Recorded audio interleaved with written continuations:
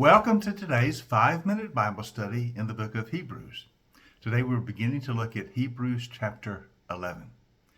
Now this is the chapter we normally refer to as the Great Faith chapter, because the author is going to emphasize what it is to believe and give us many illustrations of those who have lived by faith in God.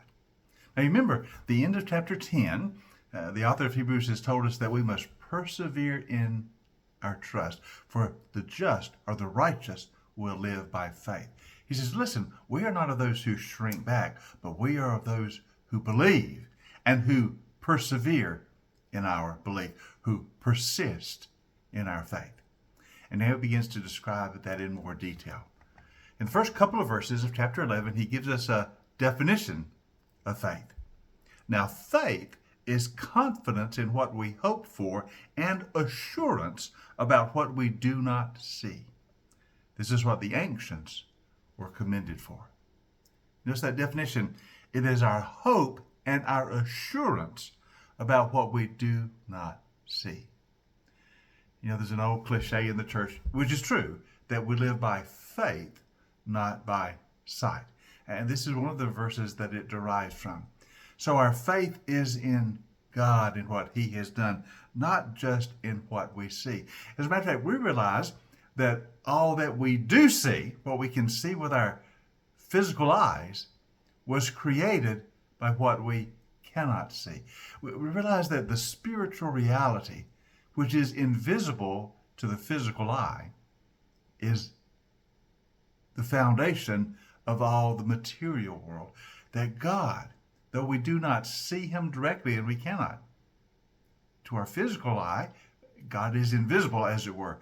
But all that is visible was created by him. All of the world and all that is in it, all of the cosmos and all that comprises it, were made by God. And it is in him that we have our hope and our assurance. Now, we've said this before, but in the biblical sense, hope is not an insubstantial thing.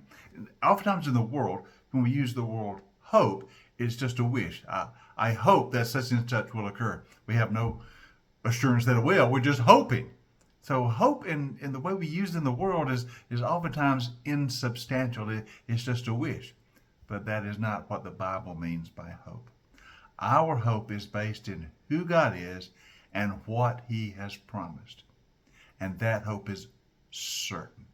There is nothing more substantial in all the universe than to hope in God.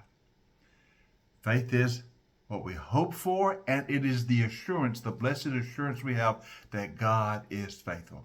And thus we know by that faith that all that is was created by the hand and the will and the purpose of God.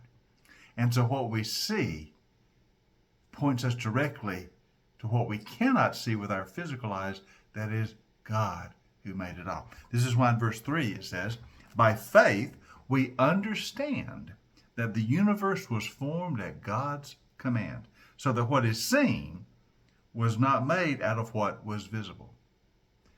In other words, this world and all the physical universe is not eternal. It did not create itself. That's what it means that what was seen was not made out of what was visible. The world is not eternal. God is eternal. And he made all that is. All that we see, all that we understand of the physical world was made by the hand of God. And it all points to God. That's why whenever if we don't cloud our minds, if we just look at the world around us, we know that there's a creator behind it. We just know that. Practically everyone does. Only a few people deny the reality of God, because when you see this visible world and the grandeur of it, we realize it was made by that which we cannot see, by the hand of God himself. And thus our hope and our assurance is based on him. We are people of faith. Our hope and the certainty of our faith is because it's based in God who made all. Now this is just the beginning. He's going to get a lot more detailed as the chapter goes on. So I hope you join us tomorrow as we continue looking at Hebrews chapter 11 in this 5-minute Bible study in the book of Hebrews.